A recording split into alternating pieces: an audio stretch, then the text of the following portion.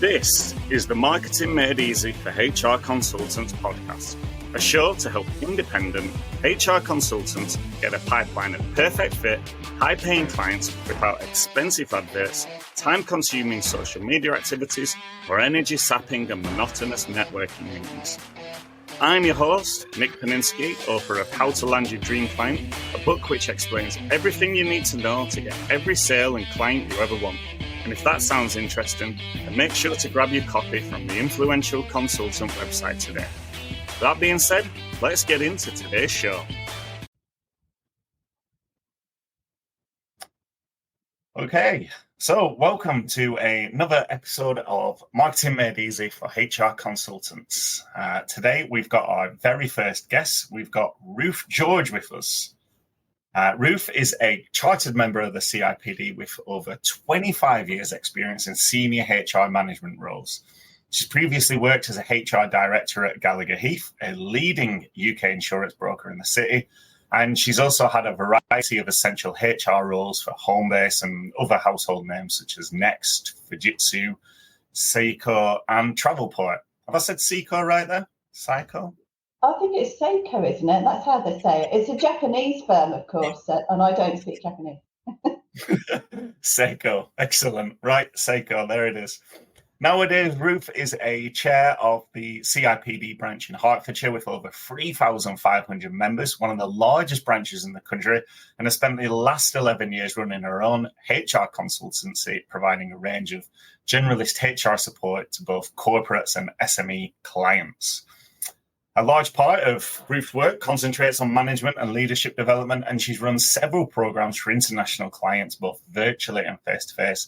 And in her spare time, Ruth lives in Hertfordshire with her husband and two teenagers, and she loves to travel and learn about new cultures. Although she's still trying to work out why her people management theories don't work on an 18 and a 15-year-old. Overall, it's not one in the middle of A-levels. Sorry, I interrupted you there, Nick. I was just thinking, especially not in the middle of A-levels when tensions are running high, shall we say. Sounds fun. Overall, it's clear to see that Ruth is an expert HR consultant and has lots to offer and share. So we're lucky and privileged to have her here on the show with us today. Welcome, Ruth.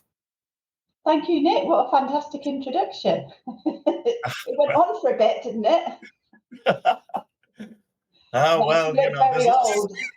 There's lots to say, Ruth, you know, and you've obviously got a lot of expertise to share. So I apologise for making you feel old, but... Yeah, well, you know, reality hurts.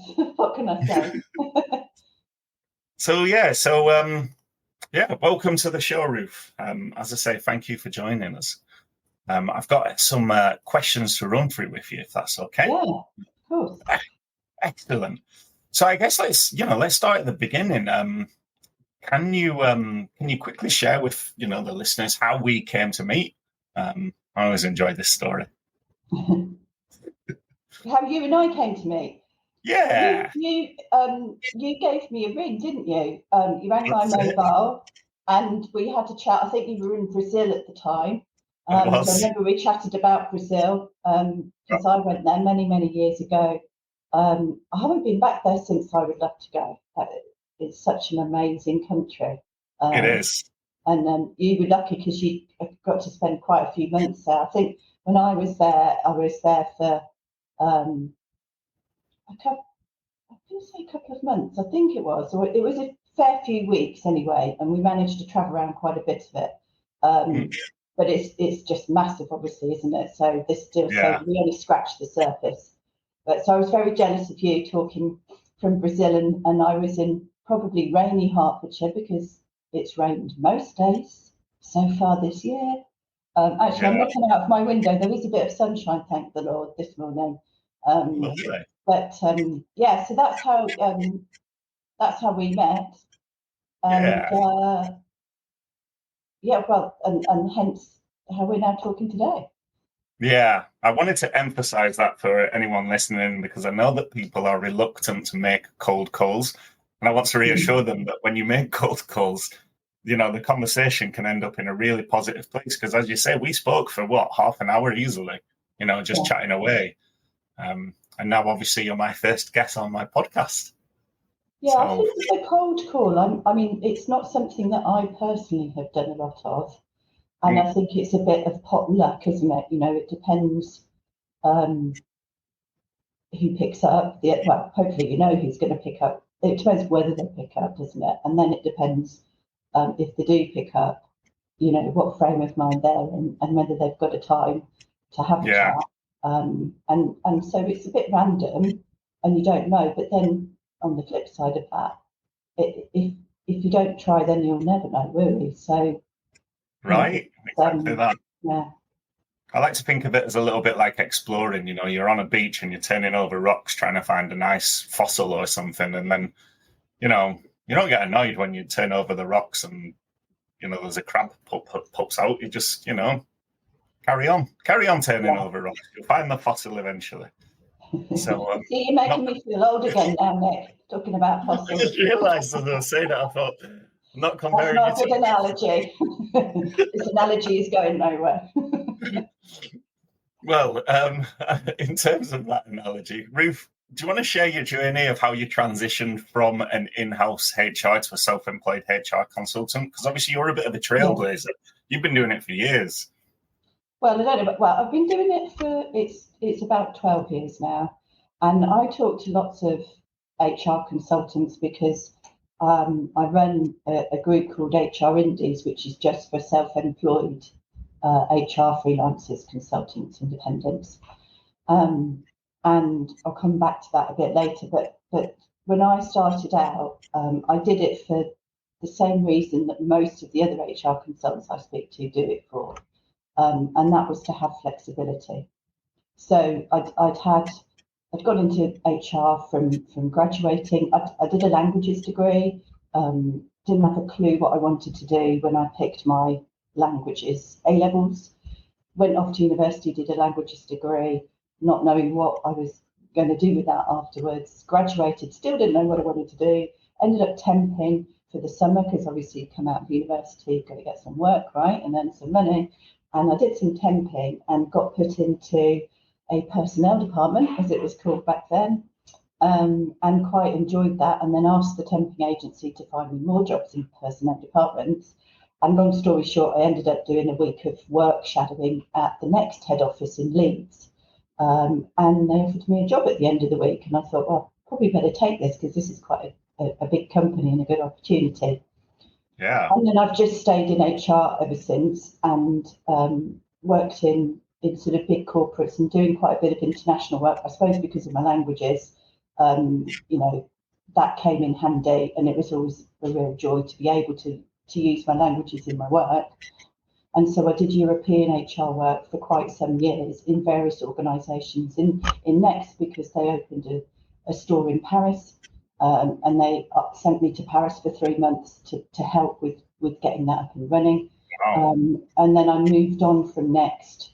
That's where I did my CIPD qualifications, actually. So they sponsored me to do those at De Montfort University. So that was 2 years, 2 evenings a week. And then at the end of that, you got your CIPD qualification. And so after about 4 years at Next, I then took a job at Fujitsu, and that was called a European HR officer role. And obviously they're Japanese owned, but their European business head office was in Bracknell. And so I was based there. Funnily enough, their European head office in Bracknell featured in the Post Office documentary in January about Mr. Pates versus the Post Office. So ever since then, when I mentioned Fujitsu, I used to work there, people kind of looked at me, give me a funny look. And I thought, no, I wasn't anything to do with that. Yeah, so I basically did sort of corporate international HR roles. And in the role that I had at Travelport, which is a travel technology agency, so they do all the technology behind the bookings for car hire and hotels and car rental and airline seats. I was there, did a lot of travel, loved it, did lots of merger and acquisition work, which was really challenging but really stretching, you know, and I learned loads from it. And after about 4 years there, I basically got burnt out. it was just a bit of a crazy job where I was doing a lot of travelling, and I was knackered. Probably I was just knackered, and so that's the time when I took a bit of a break, and my boyfriend, now husband, and I went off travelling around the world, which is the time when we went to Brazil that we were talking about earlier. So we did a trip around the world, and then when we came back, of course, I had to get work again, and I ended up working in the city. So one of the things that I talk to HR, younger people in HR sort of coming through, is about changing sectors, working for lots of different types of sectors, not staying in the same vertical all the time. Because for me personally, that meant I developed quite quickly, and for me, looking back, it gave me a real breadth of different types of organisations. Now, it wasn't a master plan because I didn't know at the time that I was later on going to become a consultant. But looking back, I now sort of see the benefit of working in different types of sectors. And then I've still not answered your question as to why I went into consultancy, have I? What then happened was I had a family, and I went back to work after my first child. And I thought, I'll get some part-time work. But of course, part-time HR directors roles don't really exist. So I ended up taking a step down. So I took a role. I couldn't find part-time roles, so I thought I'll apply for full-time roles, but I will wait until I get to offer stage, and then I'll request part-time.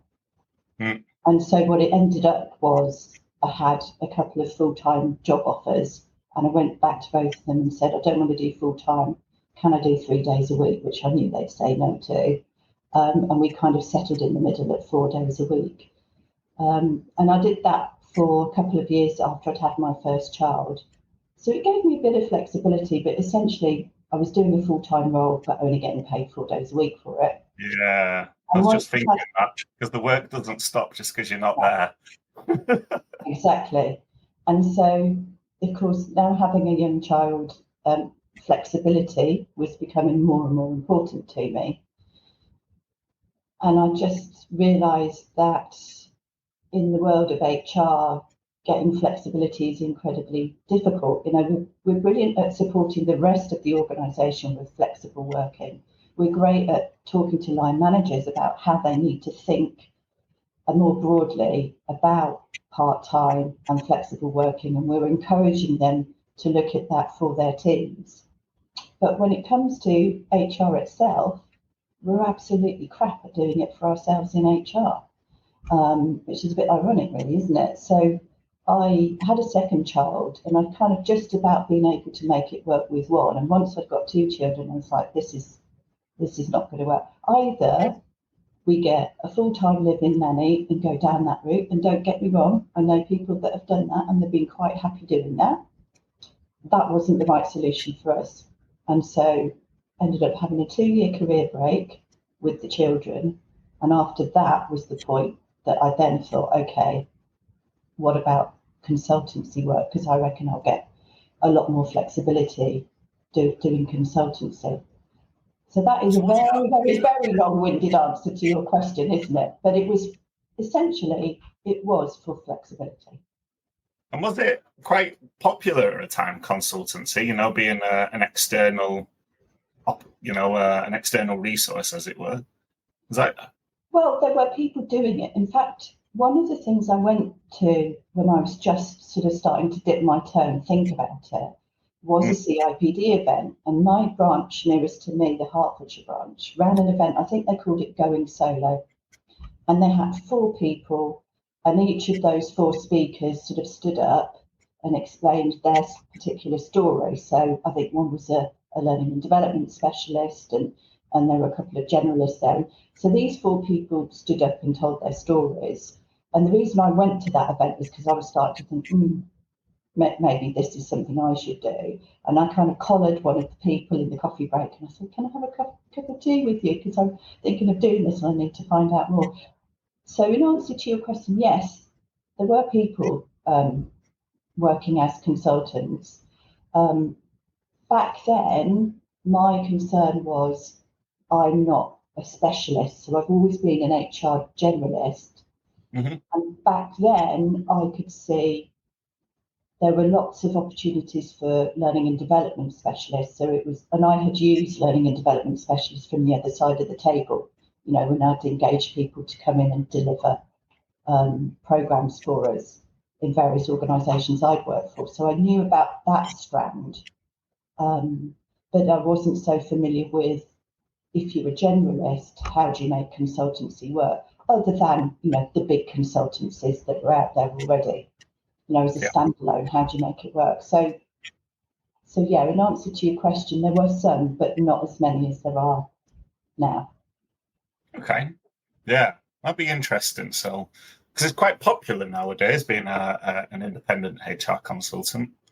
Yeah, it is. I think because again, I get asked that question a lot by people thinking of becoming a consultant, and one of the questions they ask me is, "Oh, you know, there's loads of people doing it now, and does that mean it's going to be really competitive and difficult to do?" And my answer to that question is, there's loads of work out there, and there's plenty of work for everybody. And you've got your own area of expertise, or you've got your own experiences, and you've got your way of doing it. And that's absolutely fine, because, you know, I'm not going to be for everyone. And people buy from people, it's that old saying, isn't it? So yeah, my view is that, yes, there are lots more consultants. And I think that's particularly happened because the nature of work has changed. So I don't think that's just in the field of HR. I think there are lots of people in the professional services domain that are looking to work in consultancy for flexibility. And perhaps particularly more so since the pandemic, and since we were all in lockdown, and since everyone had to work from home, and since we realised there was StreamYard and Google Meet and Zoom and Teams and all of these other bits of tech, which means you can be talking to somebody wherever they are in the world, like you did when you rang me from Brazil. So I think it's a combination of things. You know, tech definitely facilitates. The pandemic definitely was a catalyst. And also, let's not forget that most people in HR are women, and having flexibility, particularly when you've got a young family, is worth a lot of money to you. So you'd be surprised how many people will step away from a big corporate career and salary to get that flexibility. It's worth a lot to people. yeah.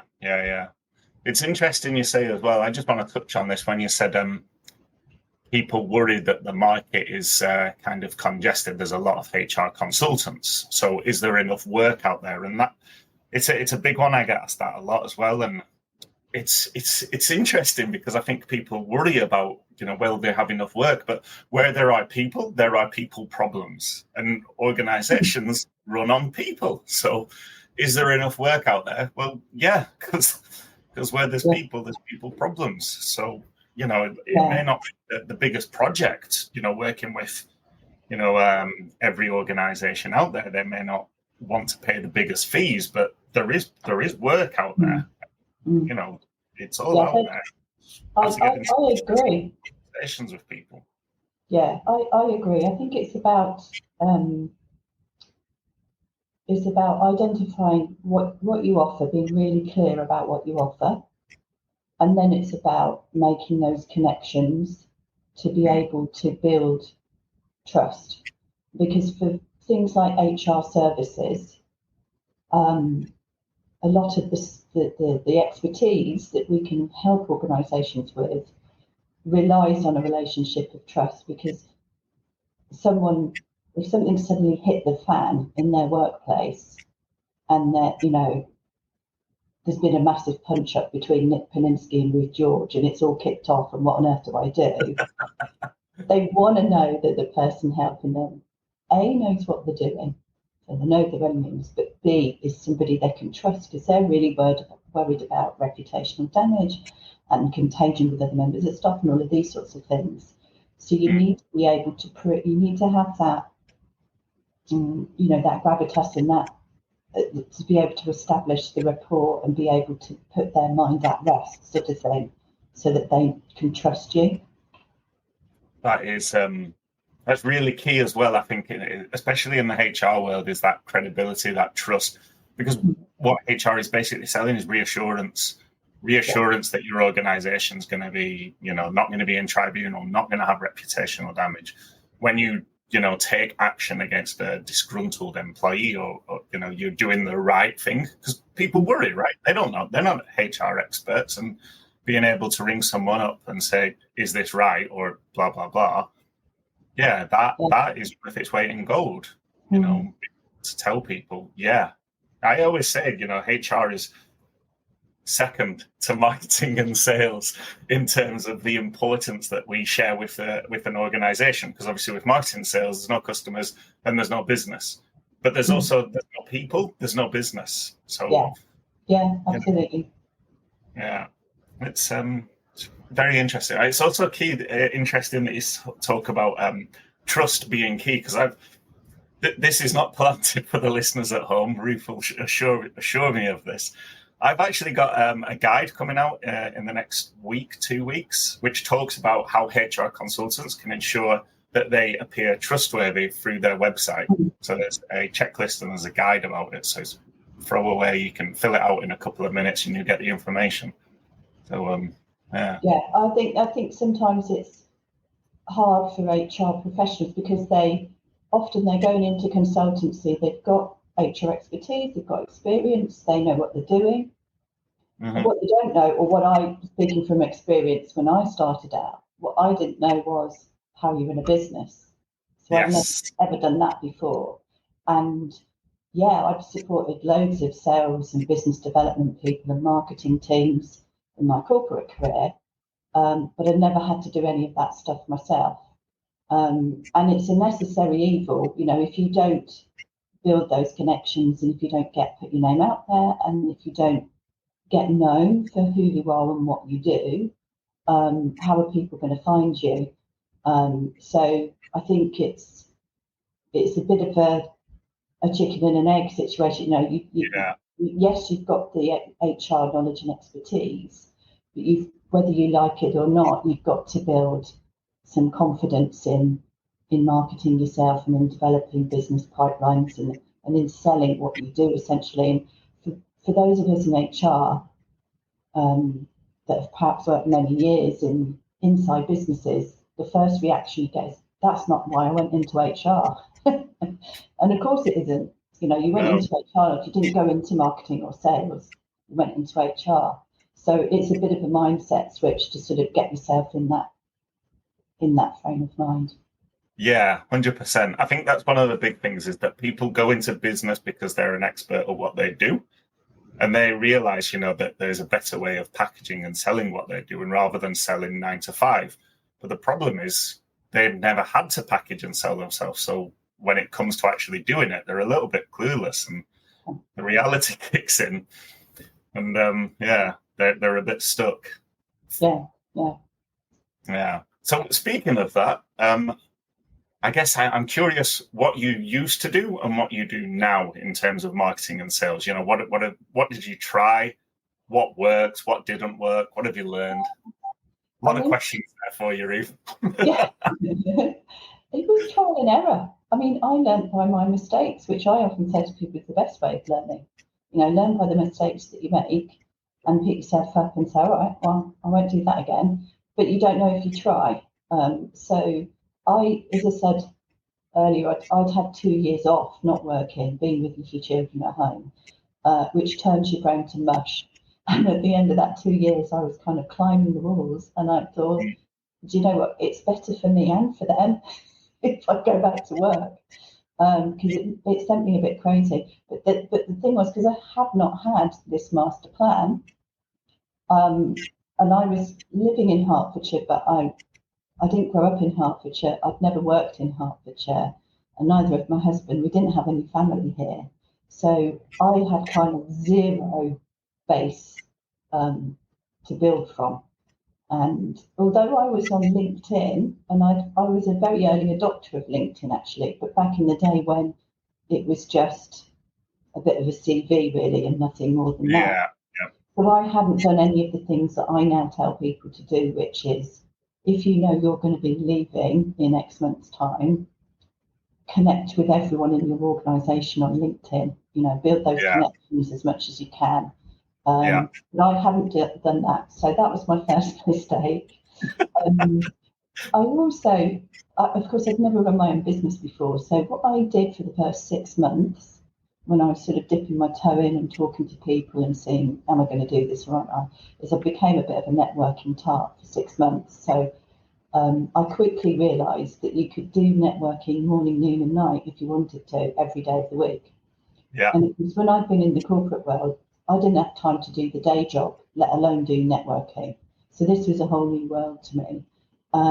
So I did that for 6 months. I didn't join up or commit to anything, because the other thing that you find when you set up your own business is suddenly you're like prey, and all of these other people are going, oh, I can do this for you for money, I can do that for you for some money here, there and everywhere. Do you know what I mean? True. You've got to be careful about what you commit to and, what your cost base is. But did all those networking things. And at the end of that, I actually joined quite a hardcore networking group called BNI, which you'll have heard of, Nick, which is an American networking organisation, but it's across the world now.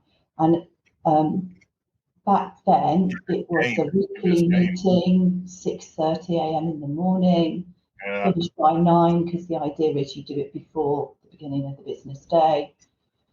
And I did that for 2 years. Looking back, I think I could have done a year, and a year would have been sufficient for me. But I found it useful because it gave me all that sort of business know-how that I did not have.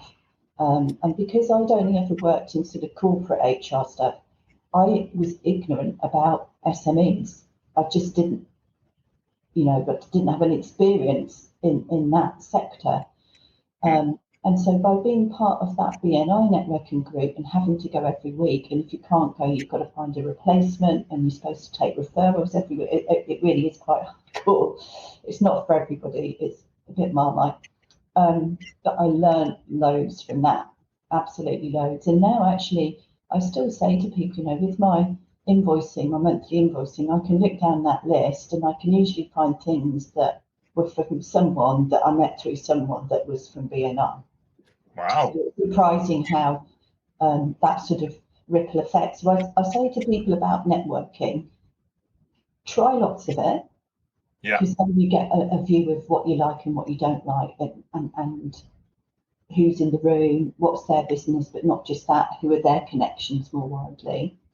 Try lots of it and try before you buy, sort of thing, because you will get lots of people saying, buy this, buy this, buy this. You just have to be switched on to what is useful to you. And that can be really good for building up connections and starting to build your network. But LinkedIn is the other main thing that I also have spent time on. I didn't even have a website for the first year. I started down and people say, well, what's your website? And I'm like, I haven't got one. But website is another thing.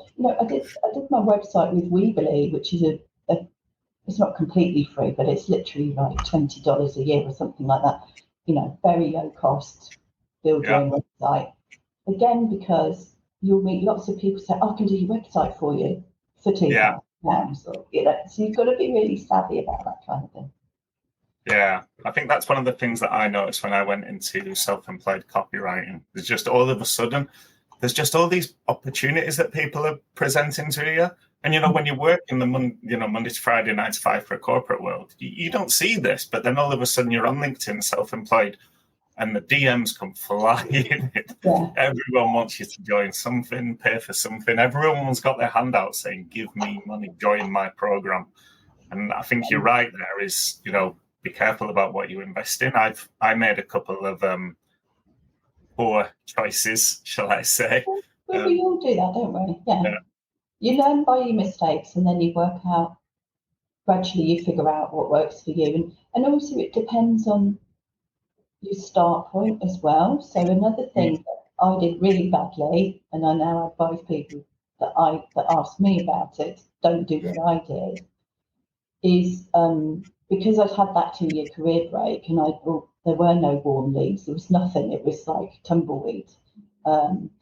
Is if you're considering doing it and you're in-house at the moment, set those foundations out. So you mentioned about connecting with everyone on LinkedIn, but also start connecting with people that you think are going to be useful for you to be able to build a consultancy. So start thinking about your LinkedIn profile, start looking at different networking groups, look at what's available to you locally. There might be things to do with your Chamber of Commerce or your borough council.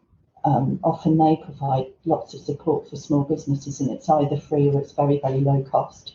And also that's a way of meeting other people too. So got to start getting out there and trying lots of different things, and then you will gradually work out what works for you, and also figure out your financial base, because if you know that you get this money in your bank account at the end of the month every month, and however much of that pays your mortgage, then you know what you're going to need as a minimum once you start working for yourself and setting up your own business. So work out what your debts are. Usually most people's biggest debt is their mortgage, and they might have other debts like, I don't know, car loans or things like that. So work out what your financial situation is, and then be really brutally honest with yourself about what you need to be earning each month, because that will then help you to sort of figure out, other things like pricing and value and all of that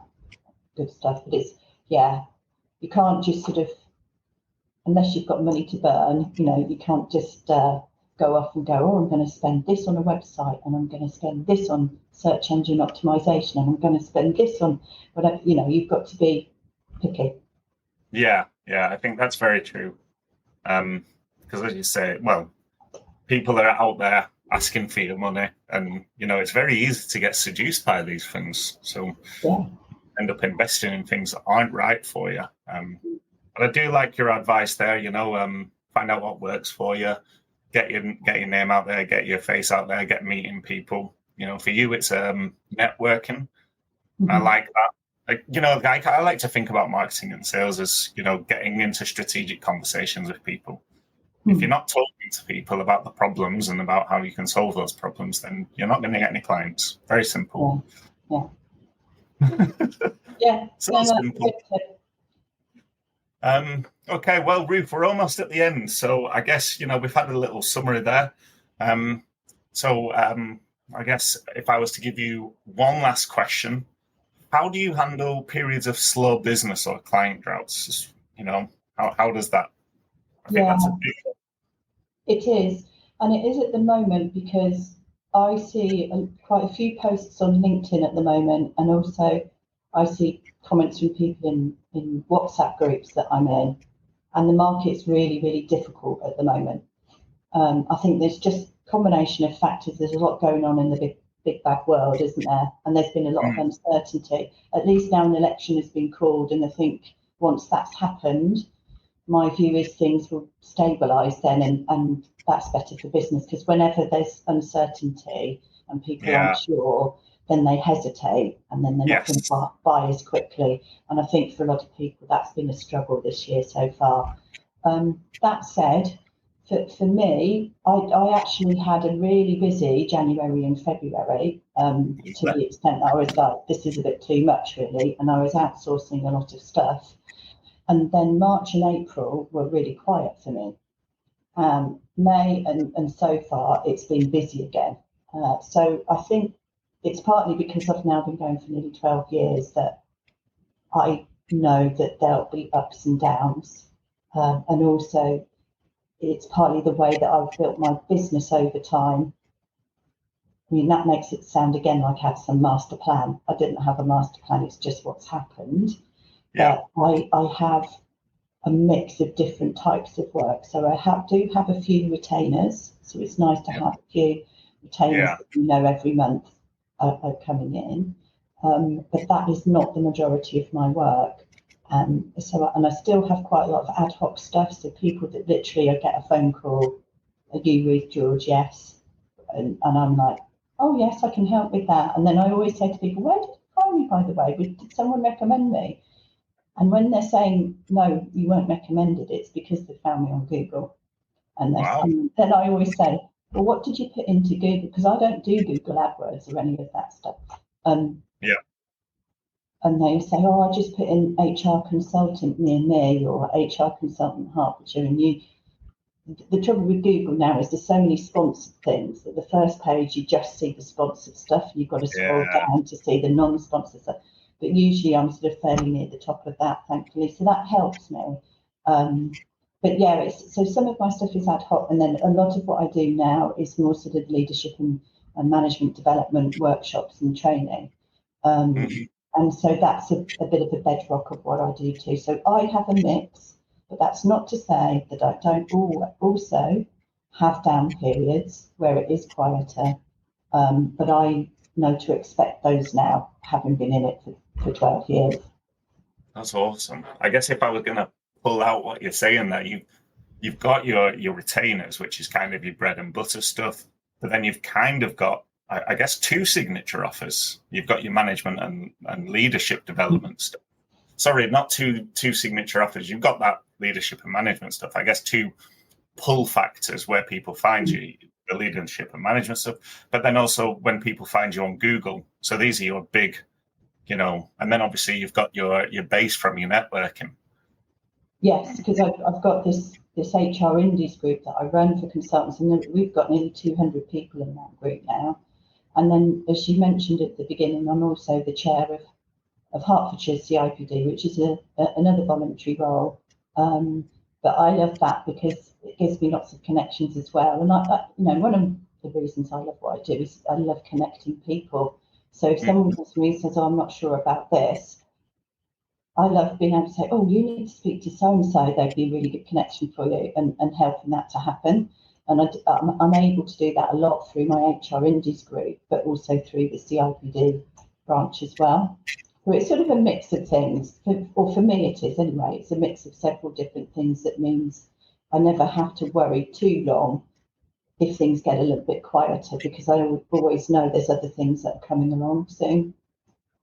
Yeah. That makes sense. I think as well, because you've been there for so long, you've got that established client base, then there are referrals. So, yeah. But I think, the key thing there is that you've got a few levers that you're pulling to fill up your pipeline. Yes. Don't just put all your eggs in one basket. Yeah, definitely. Yeah. Excellent. Well, that is it, Ruth. Thank you for coming on today. If anyone wanted to reach out to you, how would they reach out to you, Ruth? The easiest way to find me is, you can find me on my website, which is ruthgeorge.com. You can find me on Google, HR Consultant Hertfordshire. You can find me on LinkedIn. So I've got lots of connections on LinkedIn, but I'm always happy to connect with more people, as long as you don't send me one of those spammy direct messages on LinkedIn, because they make my toes curl. No, you connect with somebody and then straight away they've sent you a DM. You're like, no, don't do that. But yeah, that's probably the easiest place to find me. Superb. Perfect. Well, thank you for your time today, Ruth, and thank you for all your wisdom. And I'm sure we'll catch up soon. Thanks, Nick. I really enjoyed it. Thank you. Cheers. Bye. Hey there, and thanks for listening to the Marketing Made Easy for HR Consultant podcast. If you've enjoyed the show, then please consider taking a moment to help us grow by sharing the episode with a friend or colleague, or by leaving a positive review on podchaser.com. And make sure to hit subscribe so you don't miss out on any of the upcoming episodes. I've been your host, Nick Paninsky, and if you have any questions or want to know more about today's topic, then reach out to me on LinkedIn. I'd be delighted to hear from you. See you next time.